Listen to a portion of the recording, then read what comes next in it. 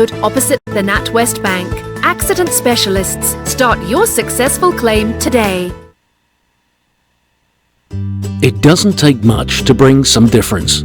You give some change, which makes a change. Because nothing gets mileage like a charity. Just a little change turns into a chain.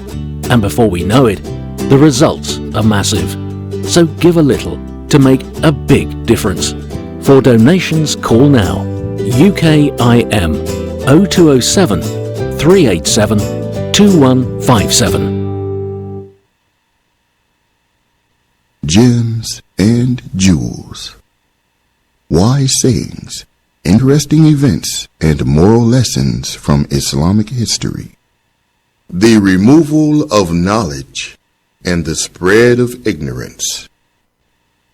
Anas ibn Malik, radiyallahu anhu, said, "Shall I not relate to you a hadith I heard from Allah's Messenger sallallahu alaihi wasallam? For none shall come after me to relate it to you from those who heard it firsthand. From the signs of the hour is for knowledge to be removed, for ignorance to become widespread, for fornication to become rampant, for alcohol to be imbibed, for men to perish and women to stay, until the point that for each 50 women there will be one male guardian." Collected by Al-Bukhari and Muslim. Gems and jewels. Wise sayings, interesting events, and moral lessons from Islamic history. A supplication answered. Abu Abdullah ibn Ja'far, better known as Al-Balkhi, relates, "One day, heavy winds and torrential rains destroyed the field of a woman I knew who lived in the desert. People went to console her, and all she did was to raise her gaze to the sky and say, 'O Allah, all hope is in you. You are the best to replace that which is lost, and in your hand is a replacement for what has been destroyed. So deal with us in a manner that is befitting of you. For our provision is from you, and we turn for all of our hopes to you.' Only a short time passed before a very affluent man, whom we did not know, came to us. And when we told him what had happened, he bestowed upon her 500 dinars.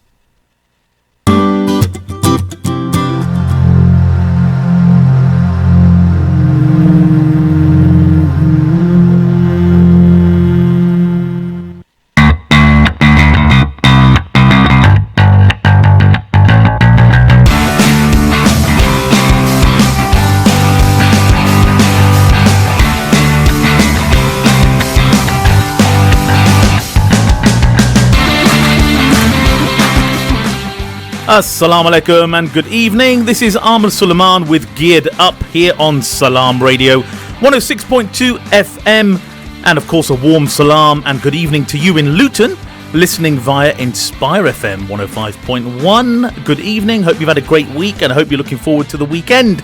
This will set you off nicely, inshallah, for the weekend. Geared Up is of course your monthly motoring show. I'm with my co-driver Akeel Khalil today, bringing you an hour of chat on everything motoring related.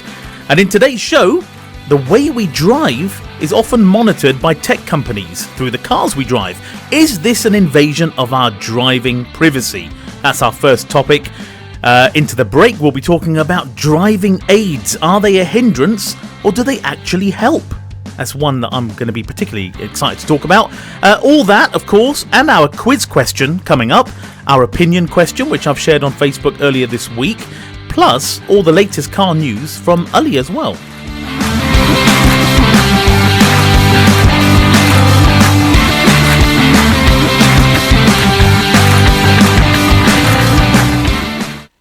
Assalamu alaikum, Brother Akeel. How are you? Walaikum salam, alhamdulillah. Yourself? Yeah, I'm good. How's your turbo?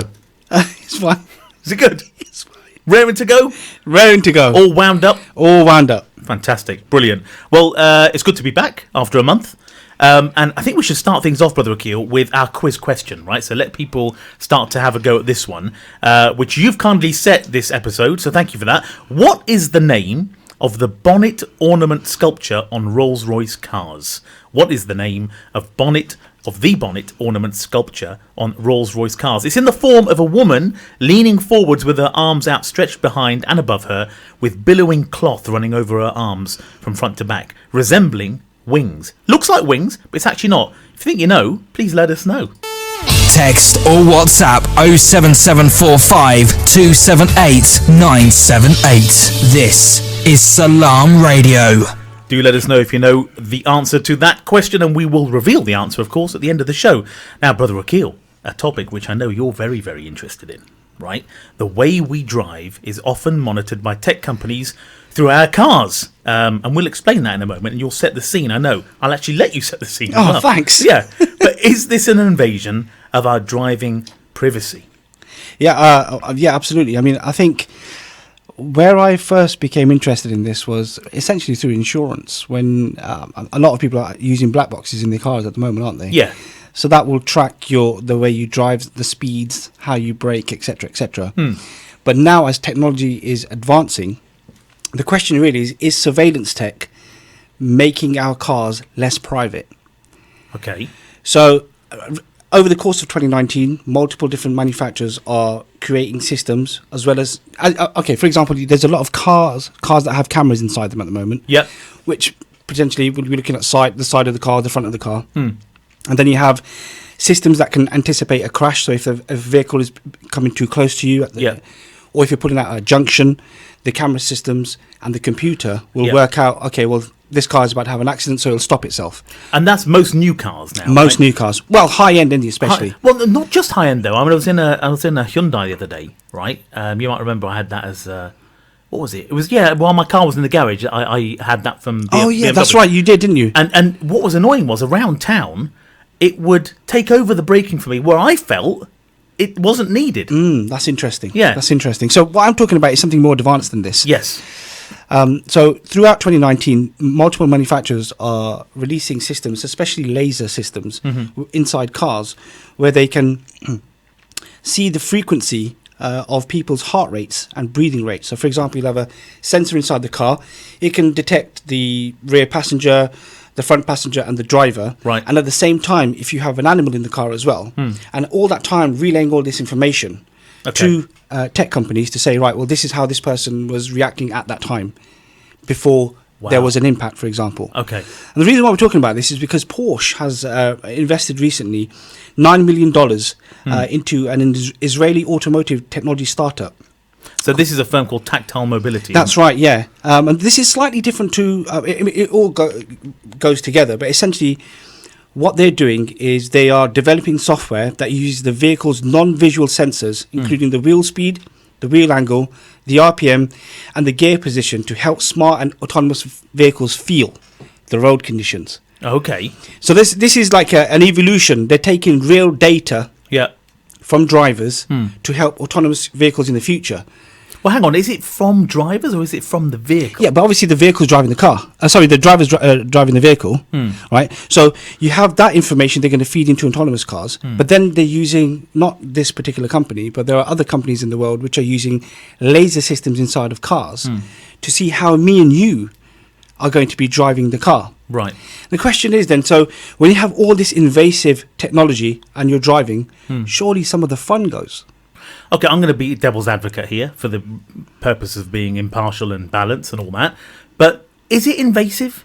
Why would you use that term, invasive? Because when you're in your car and you're driving, we're used to us and the machine, us and the road. We should be abiding by the rules of the road and certainly the speed limits, etc. Yeah. But if you have a car, for example, you have a sporty Mercedes AMG or something, you decide, well, I'm going to see what it's like in its sports mode, etc. Yeah. The last thing you want is a technology firm using that data and saying, well, this person was driving this vehicle like this, and so suddenly you get a letter from your insurance company saying you shouldn't be driving your car like this. I mean, so what's the purpose of having these cars if we're always going to be monitored and not being able to use it to their capability? I'm not saying you can drive excessive speeds on roads. I'm just saying you lose that level of autonomy, don't you? Yeah, that I 100% agree with. But just going back to the black box example, and I've got first-hand experience of this, not for myself, but for my daughter's car. It's there, and while it might be restrictive, and you think, "Wow, I've got to," you can log into a dashboard and see where you've been good or where you've been bad with your braking, your acceleration, your speed limit levels, etc. While, it is monitoring all that important stuff, but that's also giving you a lower insurance premium. It is. This is true. There is that end of it, isn't it? I mean, there is a... So there is a benefit to it. Yeah, there's a company out there called Be Secure. Yeah. They say that each of us have a unique EKG signature that can be used to unlock a car or monitor our condition while driving. I mean, this is next level. EKG. Yeah, that's right. So do we know what that stands for? I don't at the moment. Okay. So one of our listeners may be able to find that for me. Yeah. The heart pattern could be tracked for the car's processors by sensors in the steering wheel or via smartwatch. Wow. So what I'm saying is, they're thinking about things so far in advance. They're not just talking about tracking or using radar for just our bodies and our faces. They're going right through. And the thing about radar versus cameras inside cars is they can penetrate the seats. I get that, but what are they going to do with that data, though? Aside from what I'm saying is, if there's some hidden agenda here, what could they do with that data? Is this what you're saying, that there might be some other use for that data? I haven't actually thought of it in that way, to be honest with you. I've just been thinking, well, we're going to have a lot of technology in our cars. We already have a lot of technology in our cars. We do. But how much of our personal space, our breathing, our heart rates, and so on and so forth, do we want companies to have? Because when you buy a car, it's not unlike a service that you buy, isn't it? It's not like your mobile phone where you have an air contract. You buy a car outright. It's your car. You want to do what you want to do in that car. Yeah. I'll give you an example. There's a company called Via. They are an auto mechatronics company. Okay. Okay. They have sensors and which can detect obstacles in the path of a car door. So including nearby poles, walls, cyclists, and other parked cars. Yeah. And then they can block the car door from being opened via limiter.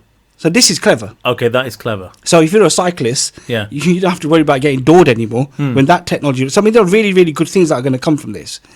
Yeah, but at the same time, you as a driver, you want to get in your car. Let's say you want to go for a long cruise, during the night. It's you want to have some lone time. You might have, I don't know, Rocky playing on your stereo, and you're driving at, I don't know, having some fun, or trying launch control for the first time. Who do you want that data to go to? Is it helping us? Are we willing to give this what we thought I believe still is a private space away to tech companies so they can use it for their own use, and then sell that on for however they may package it? Okay, I think that, I see where you're coming from on this. Well, I'll give you one example where I see it as a benefit. So I know for a fact that Volvo in Sweden, the Volvo cars talk to each other in terms of to give kind of a traffic map that appears on the satellite navigation system, right? So there are sensors that will report back to, I don't know, Volvo HQ or whatever, saying that there is an accident here, or the road is closed, or whatever. And that is an obvious benefit to the driver, in the sense that you're sharing data almost subconsciously, because it's happening in the background. It's nothing to do with you. You don't even know when it's happening. That's right. But you're sharing data, the car is, with other car users or other vehicles that will see it as a benefit. Yeah. Right? So is there any harm in that? No, just to add there on Volvo, remember how the XC90? Yeah. One of the chaps said to me that they have technology in there where if you have an accident in the car, the car will attempt to ring you. And if you don't answer the phone after 10 minutes, they'll call the police.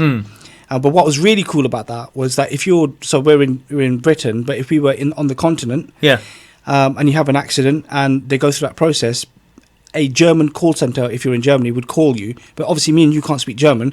They will speak to you in the language that you assume I can't speak German. Forgive me.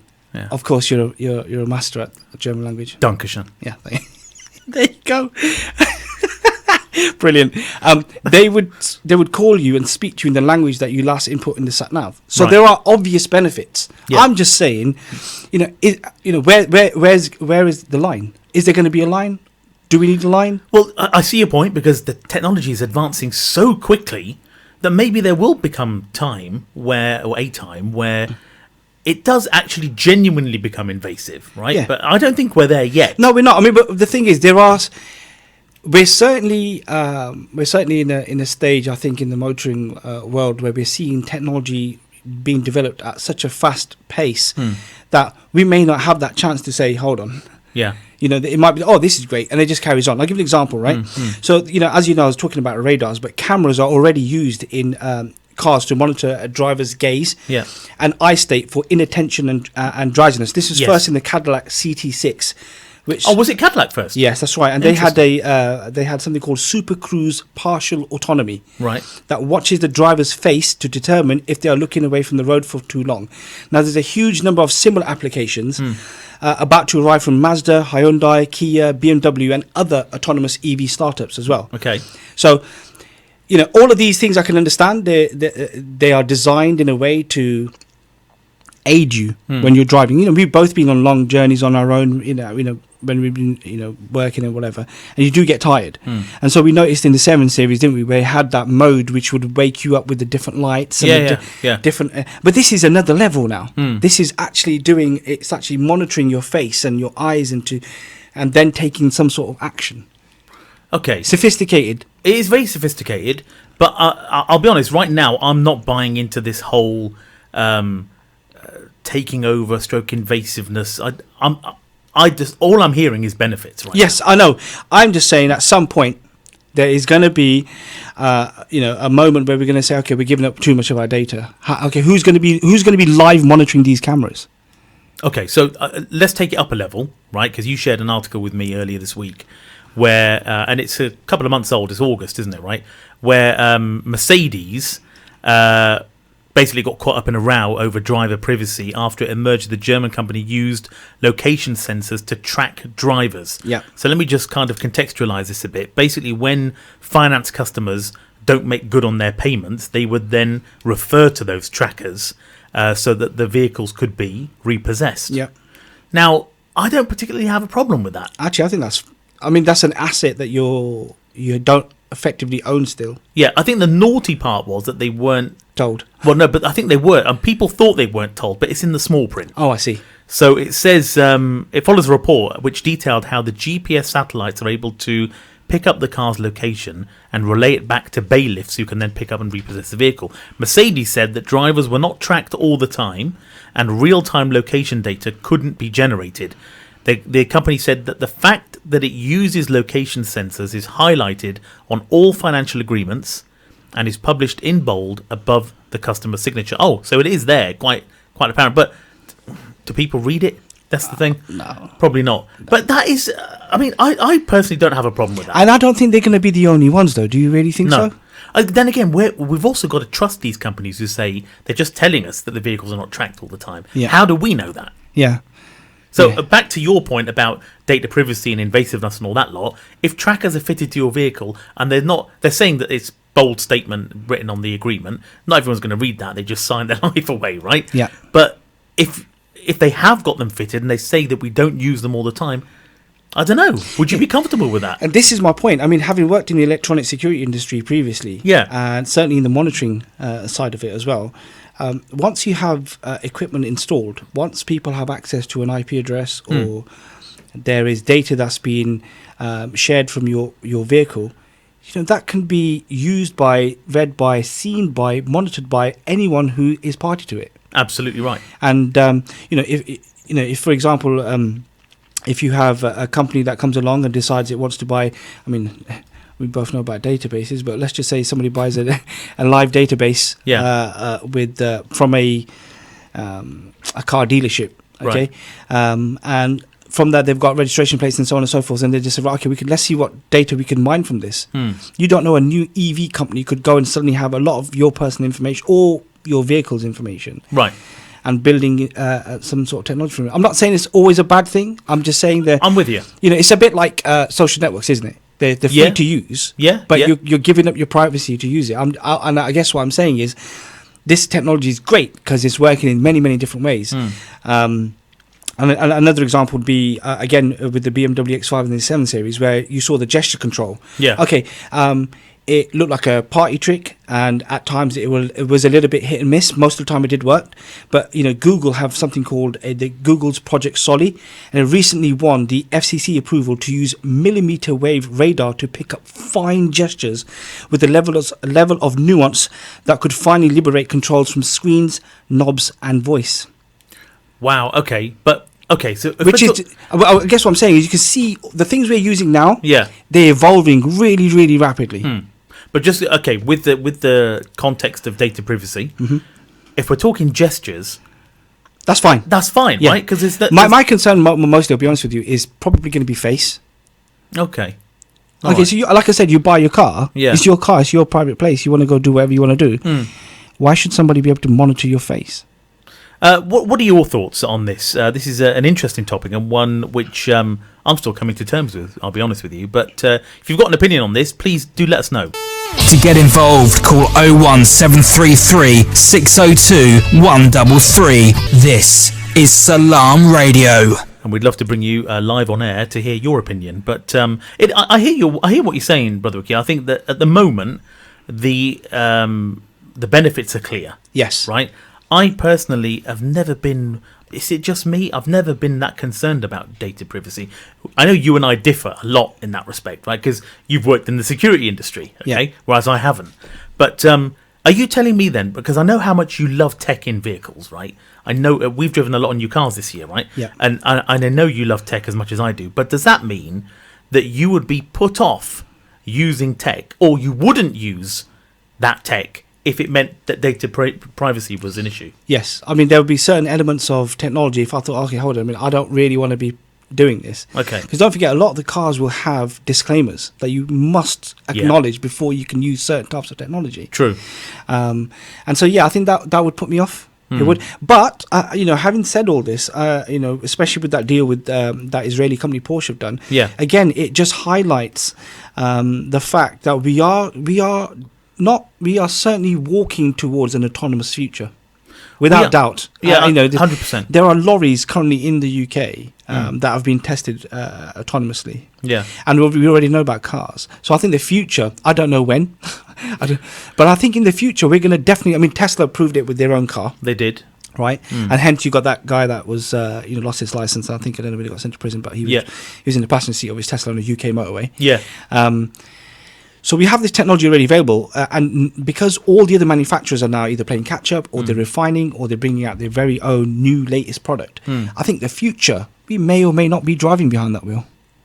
I think it's round the corner. Yeah. And don't forget that the technology exists in Tesla, but it's just not legal to be able to switch it on yet. That's right. Kind of. So just going back to that firm, that Tactile Mobility, that Porsche invested $9 million. That's right. So in addition, Tactile Mobility said that it crowdsources data regarding vehicle road dynamics from vehicles equipped with its software to create a representation of each vehicle's characteristics that can help maximize vehicle longevity and a road conditions and hazards map layer. I don't see anything wrong with that. No, and there are some of the main manufacturers are already monitoring your car for its longevity. Yeah.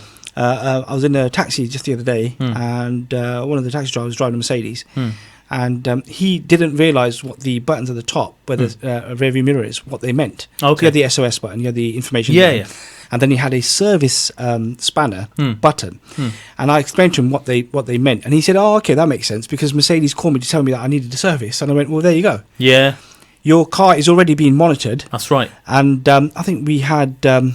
I can't remember, one of the brothers was telling us, wasn't he? He was saying to us that a lot of the courses he's doing now is more to do with smart mechanics, if you want. That's right. Like. I think there was another term used, I can't remember, but you're right. Yeah, he's done a lot of courses around EVs as well, but also about, what did he call it? It has got a special term. That's right. Yeah. I know what you're referring to. But effectively, you're going to be once you have your car, you potentially won't need to go to the garage to say you got a problem, because they're going to already know and they're going to call you. Yeah. Well, that already happens with me. Yeah. So, but what did they say? It's the driver.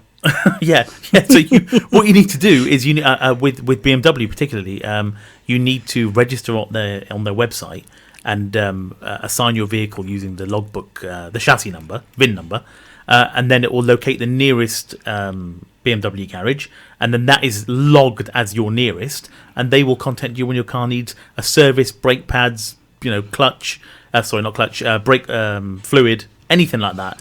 Yeah, but the next step up from that would be where they're monitoring sensors in your car and they realise there's a problem. Yeah, that's what I think the brother was also referring to. Yes, and again, this is essentially your car's been monitored. Okay, fair enough, it's not monitoring the way you're driving, but certainly its longevity, its reliability. Yeah, So I mean, there are definitely pros to that. I mean, and I have no issues with that whatsoever. I don't have issues with it. I just worry slightly. Based on the fact that we've seen recent history has shown us where data has been misused, and data has not been, how can I put this? It's not been open and transparent in terms of what the data will be used for. I just hope that the vehicle industry doesn't go down that route. Yeah, this is true, and unfortunately, I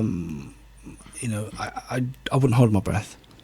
No, I think you're right. I mean, you only have to look at some of the diesel gates some of these companies have been involved in. Absolutely, VW is what you refer to. Well, not just them. There's others as well, but most prominent. Yeah, most prominent. Yeah. But and again, how much are we willing to allow them to do this? I mean, we have some control at the moment, but I mean, at some point, yourself, models phase out, don't they? Yes, that's right. So I think it's going to be an interesting future. It will. One other thing I will say is that there are benefits to technology. I'm not averse to technology. It's just that what is the benefit of it? And the one thing I will say about the insurance industry as well is certainly with some of this technology, it's going to help prevent some of these dodgy car accident claims and all these sort of things. Yeah, because they'll be monitoring so much of the car and its driver. They'll be able to see what actually happened and what stage you were in. Yeah, because let's not forget that most of these cars now have got 360 cameras on them. So they can see pretty much everything. And Tesla, for example, the Model 3, with a software update, now their cameras are used as a dash cam, front and rear. That's brilliant. Yeah. But what I'm saying is next level to dash cam would be a laser in the car that sees what, or gets a feel, gives statistics to the insurance company, say, actually, this person was doing this at the exact time when the accident happened. Oh, I see what you mean. So whether like texting on their phone or whatever it might be. Yeah, or why was the heart rate up? Was it not up? Did they expect do you know what I mean? Were they expecting the impact or were they not? Or do you know what I mean? So all this information together, I think we're going to be heading to a very interesting future. Well, interesting in the sense that insurance claims, in theory, should be simpler to settle. With that level of data, that granularity of data from tech, it should, in theory, be much easier. I'm just going to remind of the quiz question, so people can let us know, and we're going to reveal this in about 30 minutes after the end of the show, or before the end of the show, sorry. What is the name of the bonnet ornament sculpture on Rolls-Royce cars? What is the name of the bonnet ornament sculpture on Rolls-Royce cars? Please do let us know if you think you know. Text or WhatsApp 07745 278 978. This is Salam Radio.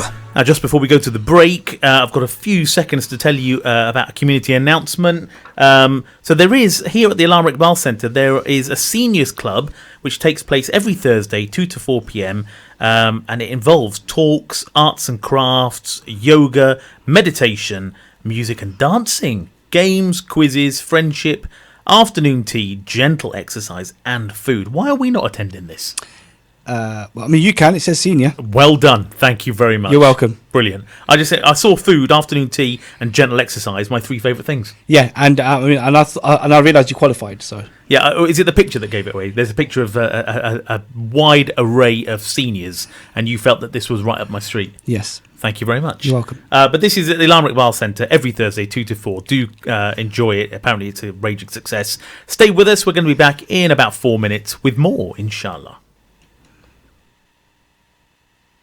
Stay tuned to Salam Radio after this short ad break. Had a car accident or an accident at work? Accident specialists are experts in no-win, no-fee accident claims. Leave the hassle to us. Our multilingual settlement experts will manage the entire claims process on your behalf, with nothing to pay up front. We provide services such as credit hire, taxi vehicles, recovery, storage, and much more. For full details on our range of services and a free consultation, call us on 01733 555 774 or visit our office at 249 Lincoln Road opposite the NatWest Bank. Accident Specialists. Start your successful claim today. There's a million choices available for dining out in Leeds. But if you want something special, there's only one name to remember. Mumtaz Leeds. Relax in our newly refurbished Riverside restaurant. Enjoy exquisite home cooking from our brand new menu. Upgrade to the Mumtaz Leeds experience. And the price? Well, we're better value than ever before. Mumtaz Leeds, Chadwick Street, Leeds, LS10 1PJ. Call 0113 242 4211. Free car parking available.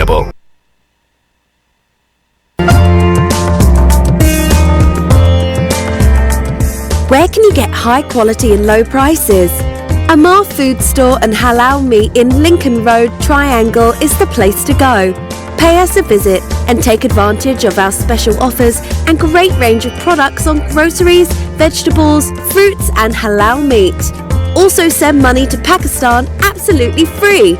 We have all top brands at special offers, offer free customer parking and provide a free local delivery service.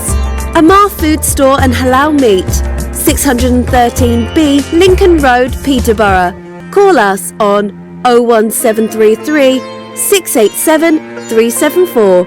High in quality, low in prices. Al Murad Tiles. With over 70 stores nationwide, we are now open in Peterborough. Up to 50% discount offers now on. Largest selection of tiles. Full bathroom suites from only £189. Paint, LED lighting, laminate flooring from only £7.99. Over 1,000 designs of wallpaper in stock. We have everything you need. Come and visit us at 193 Fengate, Peterborough, PE1 5BH, or call us on 01733 34 58 47. Al Murad Tiles, now open. بسم الله الرحمن الرحيم والضحى والليل إذا سجى ما ودعك ربك وما قلى وللآخرة خير لك من الأولى ولسوف يعطيك ربك فترضى ألم يجدك يتيما فآوى ووجدك ضالا فهدى ووجدك عائلا فأغنى فأما اليتيم فلا تقهر وأما السائل فلا تنهر وأما بنعمة ربك فحدث.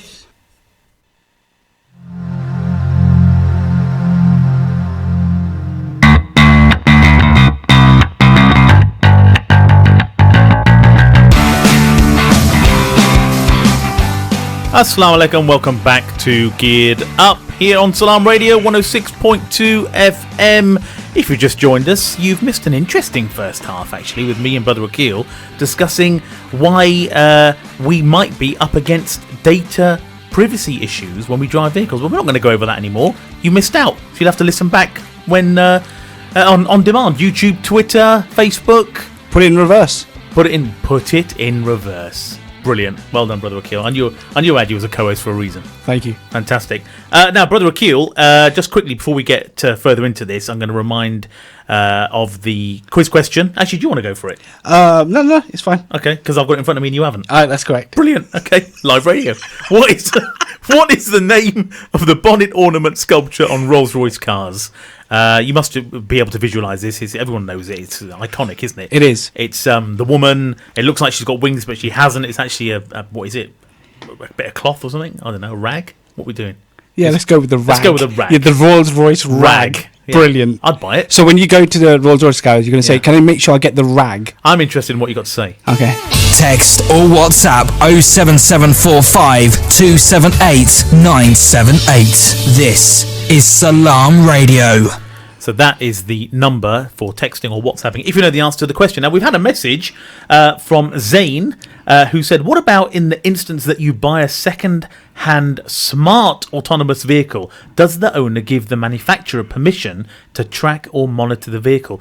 That is a very, very interesting question. It is indeed. And I mean, I'd expect that to be transferred, surely. I would expect it to do, but surely there's a signature required, right? But I think when you sell a smart car, I think the rule should be different. It shouldn't just be a V5. There should be, and if it is, or it should be done electronically, where you say, right, I'm transferring this vehicle over and its permission, etc., to the new owner. Sure, yeah, I think surely you need an account of some sort, right? Yes. And when you do that, as before, when you accept the T's and C's, it's got to be in there. Absolutely. I mean, it's a great question. It is a great question. Thank you. He's also had a go at the quiz question. Yeah. And he said the answer is the spirit. Unfortunately, Zane, and thank you for listening, by the way, that is incorrect. But we will reveal the answer at the end of the show.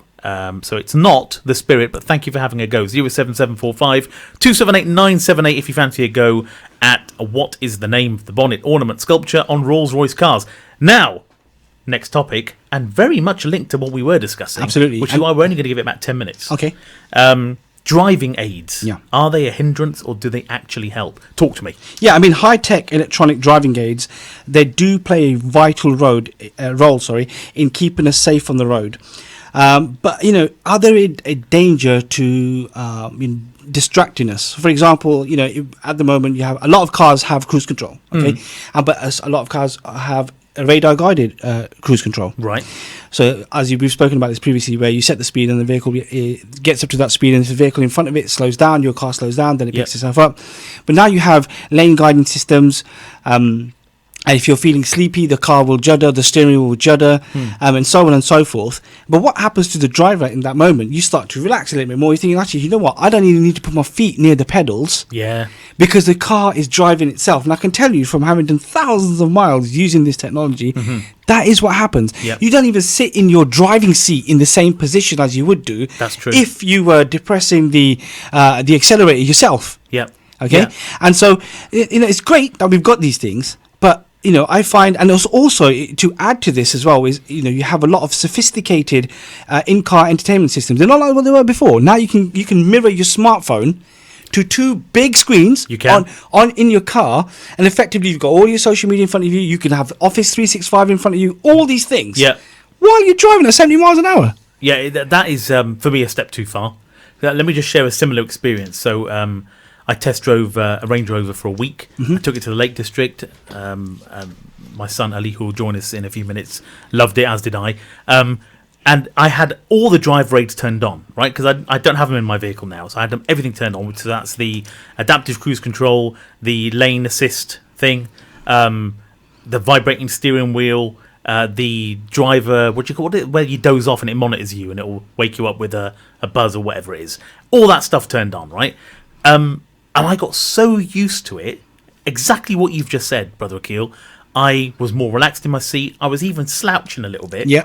Because on an A road, on the motorway, it was, even if I just put the indicator on, it would not vibrate to try and keep me in a lane change where you do half the indicator, right? Yeah. If you do that, then it won't activate the lane, what's it called? Lane departure warning system, whatever. Something like that. So apart from that, it was doing everything. It was keeping me between the white lines. It was keeping me the correct distance from the car in front. Even to the point where traffic was coming to a standstill, it would apply the brakes, which is scary if you've never experienced it, right? So you think, that's right. Especially when it comes to a halt quickly. Yeah, that's right. But it still does it. It does it. And I remember the first time I used that, by the way, I thought, okay, well, let me just check this adaptive cruise control. Let me see if it actually stops itself. Yeah. I remember the first time I thought, okay, and when it came to a standstill. Yeah. My jaw was on the ground. Yeah. I was like, oh my god, this. And then after that, I was like, I trust this thing completely. Yeah. And what was it? If first you get over that, right, and then the lights go green or whatever, and then it pulls away. It pulls away, and you're just thinking, wow, all I have to do is steer. Yes. And so that means if all I have to do is steer, but I'm on I've got 30 miles to go on the A1. Yeah. And it's fairly straight. I can be doing other things, and people are doing other things. So, obviously you have the law where you can't use your mobile phone, which is quite right. Yeah. But there's nothing to say you can't then interact with a very sophisticated in-car entertainment system. Right. You have these things to your for you to use. So I think it's great that we have a lot of this driver aids, but at the same time, I think it's certainly affecting our. The law in this country is when you're driving a vehicle, you must be always ready to take control. Yeah. Right. But it's not really happening anymore. No, it's not. It really isn't. Just while we've got a few minutes left on this topic, I know you actually turn off a lot of the driver aids when you have a new vehicle, right? You turn off a lot of them. I know you do. One of the things, because you've test drove a few vehicles this year, and one of the first things you do is, how do I turn off like lane assist and all this that's sort of right. stuff? Yeah, and I'll tell you what. Yeah, go ahead, please. No, remember something. And no, it's just that, but we differ in that respect. Yeah. I actually like to test that stuff out, but then I find myself getting used to it. Yeah. And I think that's where the danger is. Yeah, absolutely. And I think my problem was this. I remember, I can't remember which vehicle it was now, but everything was on. Yeah. And I went to change a lane, and the steering wheel was fighting with me. Wow. And I'm thinking, hold on, I'm going too fast for you to not go in the direction I need you to go in. So I was like, that's it. That's going off straight away. Yeah. And after I was like, okay, this is all right now. I can use this, I can use this, I can use this. And suddenly, like, okay, well, there's many, like you said, there are obvious advantages of using some of this technology. But at the same time, as a driver, certainly if you enjoy driving, the last thing you want is lane departure assist on. Yeah, I see what you're saying. Now, there are things I've seen, by the way, and read about where, that there's sensors on the steering wheel. Mm-hmm. So the autonomous driving part, the pilot assist, we'll call it, it will ask you now and then to hold the wheel, right? So if you take your hands off the wheel for too long, which you should never do, and we never condone that, it will alert you, and the driving aid will turn off if you don't retouch the steering wheel. Okay. Right? I don't know if you've ever experienced that, but it does that in the I don't let go of the steering wheel. Well done, good answer. But there are people in Teslas, Yeah. what they'll do is they'll get a tennis ball and they'll ram it between the spokes of the steering wheel, and that overrides the system, so they never have to touch the steering wheel. Oh, that's bad. Yeah, never do that, by the way, if you have a That's Tesla. very, very bad. Or any car that drives itself or has any sort of autonomy. We do not condone that. Please. Absolutely. And look, it's really important that we stress that we're not arguing with the benefits of some of this technology. No. For example, a study on collision avoidance systems in cars revealed that Volvo's standard low-speed city safety auto braking technology reduces insurance claims for rear-end front collisions by 28%, cutting whiplash injuries and accident damage to cars. Yeah. So there are obvious advantages for a car braking itself for you. Absolutely. The issue I have is, when you're not accustomed to it, if you haven't got used to it, you must test your vehicle and see what it's capable of doing. Because if you don't, the moment it does it itself, you may not actually be in control of the steering wheel. It might freak you out. And it will freak you out.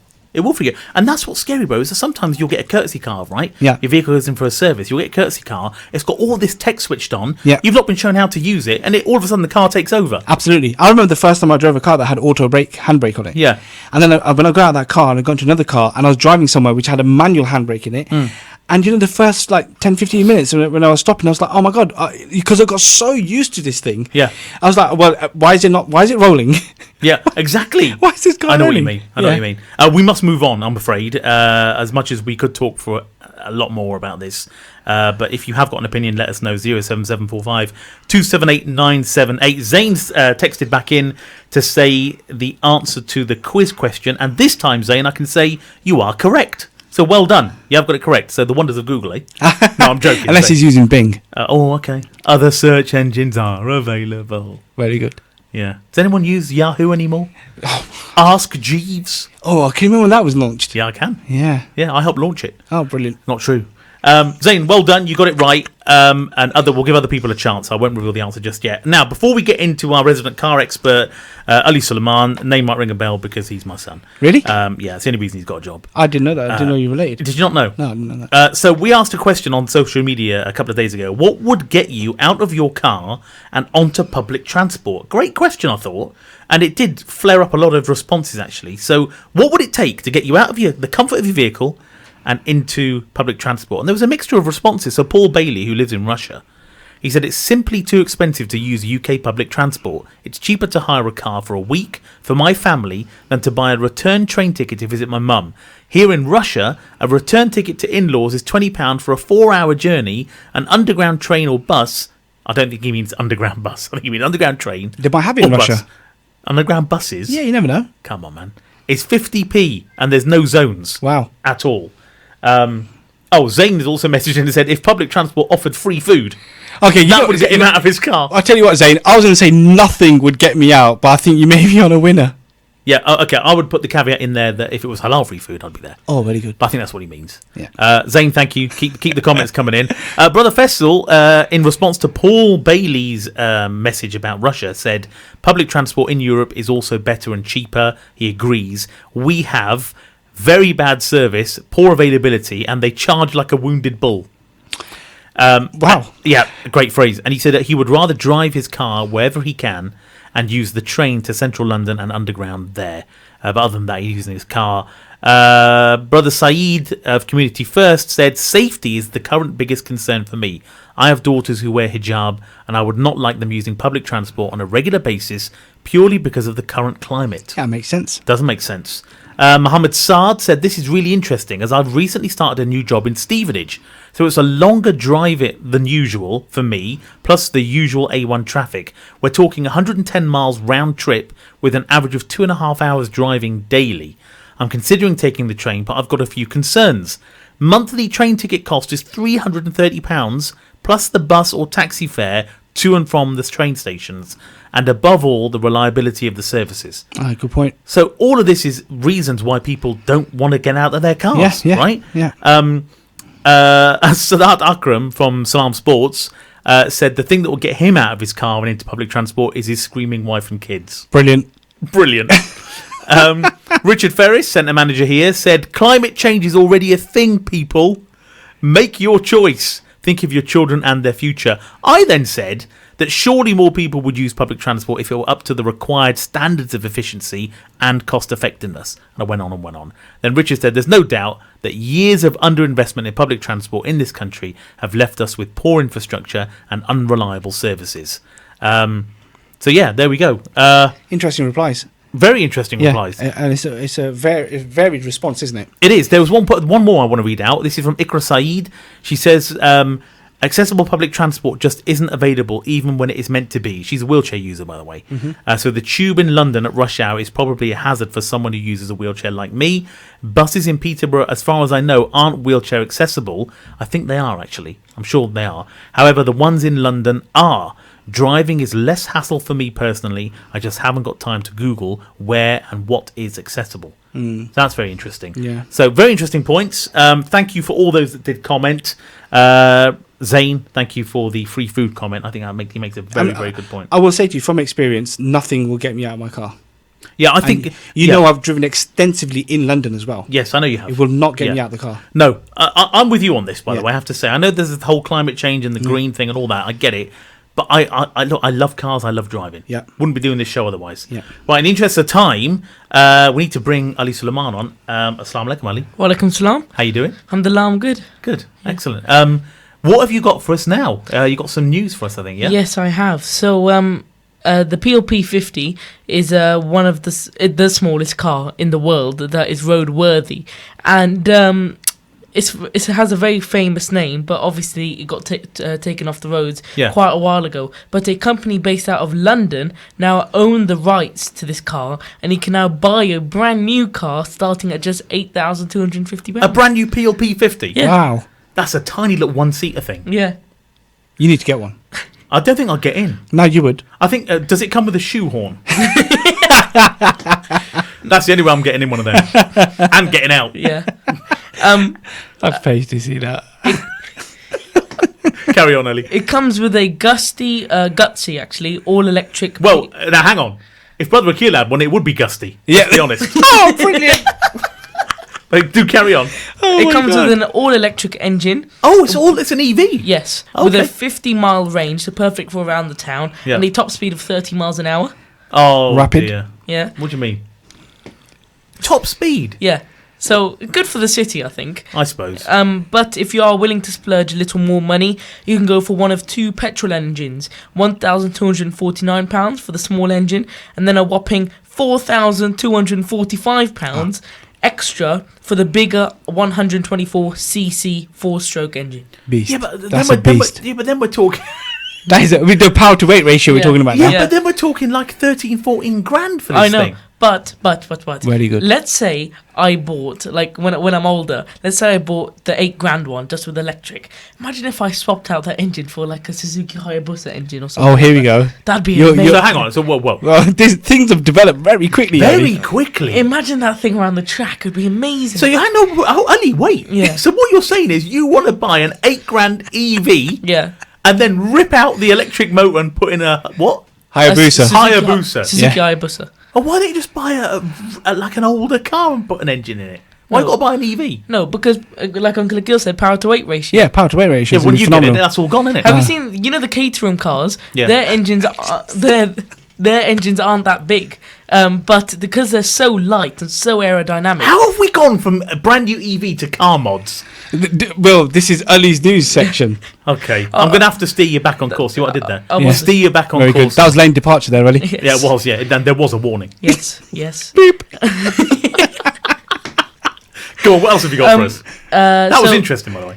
Very good. Thank you. So on the 17th of November, Ford will reveal their new adventure to the world. I'm really looking forward to this. It's actually very close at the date now. Yeah. So this could be one of the most important days of the 2019 automotive calendar, as the thought of a Mustang SUV is still one to come to terms with. Oh my god. Fully electric, by the way. What? Fully electric? Fully electric. Oh my god. So along with Corvette going mid-engine with the C8, Porsche investing in the future with the all-electric Taycan, Ford could be onto a winner or a sinner when they finally show us what they've been working on for the last few Winner months. or the sinner? I'm going with Sinner. I'm going with sinner on that. Yeah, that but- sounds like literally a bad boy. It does, yeah. But you know the Range Rover, how they have big backs and it's Yeah. like that. This one's going to be one of the slopey ones, like the X1.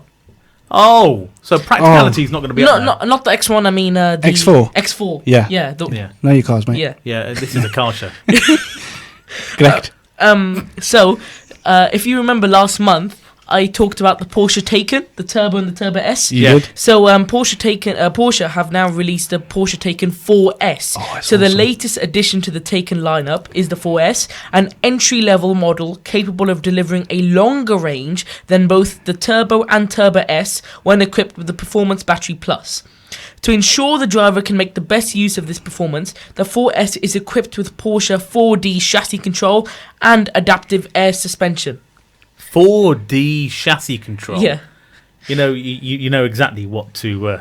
Oh, sorry, I've got to interrupt you. Yeah, we have to. We have to because our very own station manager, Michelle Bushbatty. Sister Michelle, thank you. All right, thank you, bro. You're welcome. I need it. I need you to correct me. Correct. Correct. I said, salam, guys. Welcome, salam, sister. Hope you're well. And she's just put the word correct there. Yep, correct. She must be talking about my section.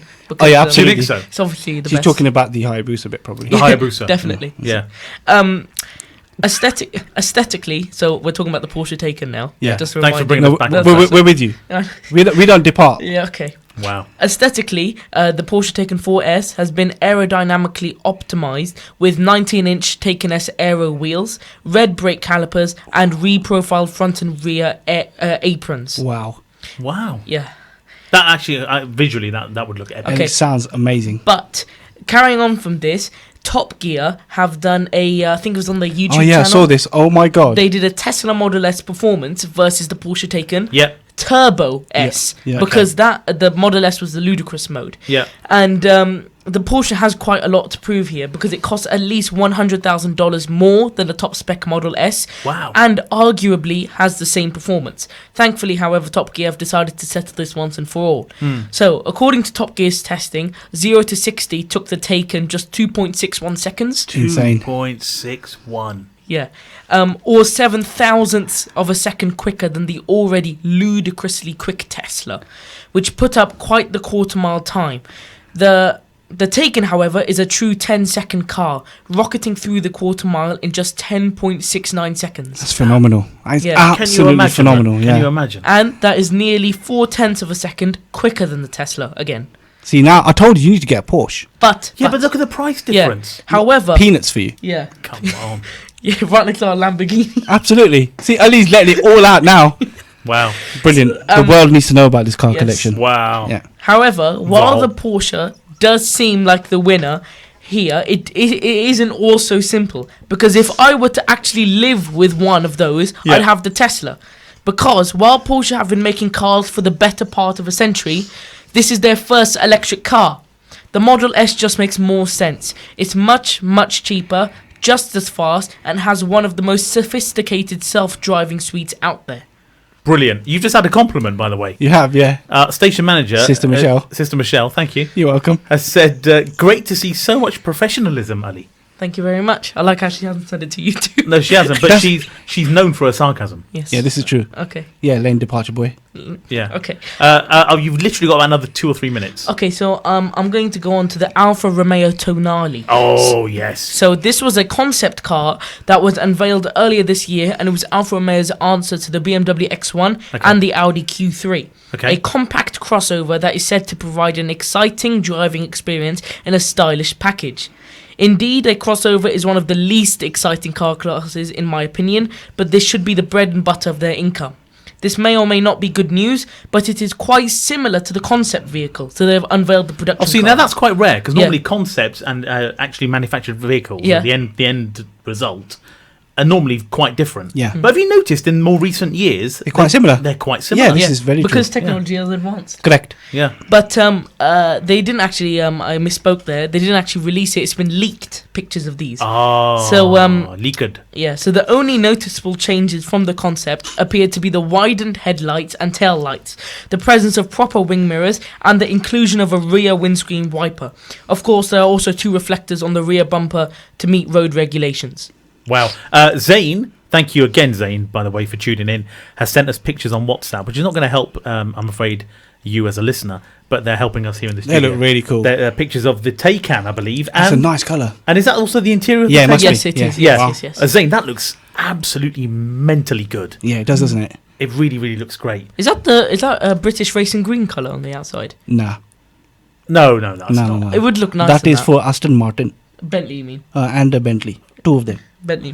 But Yeah. not for the Porsche. No. Can't show it to you. By the way, for those just listening or watching, Brother Akeel has transformed into what can only be described as a freshie. To be quite honest. Brilliant. I don't know what happened. We're talking about British Racing Green. Something happens to me. Oh, is that what it is? Yeah. Okay. My last article Yeah. is going to be about McLaren doing a secret Monza test. This is really cool. So- Wow. Well, it's not much of a secret if we know about it. I know, because it's a flyby video that brought it to our attention. Have you seen the video? No. So this week, a YouTuber called Bozzy has a video offering that has motorsport fans scratching their heads.